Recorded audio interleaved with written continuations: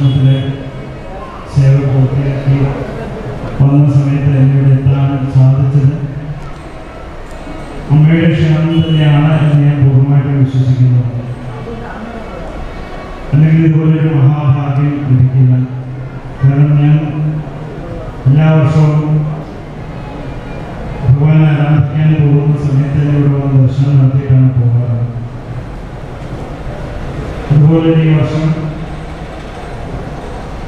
ഇതുപോലെ ഒരു ഭാഗവത സപ്താഹയജ്ഞം നടക്കുന്ന സമയത്ത് പിതാഗ്രഹയുടെ അനുഗ്രഹം കൊണ്ട് തന്നെ എത്താൻ സാധിച്ചു.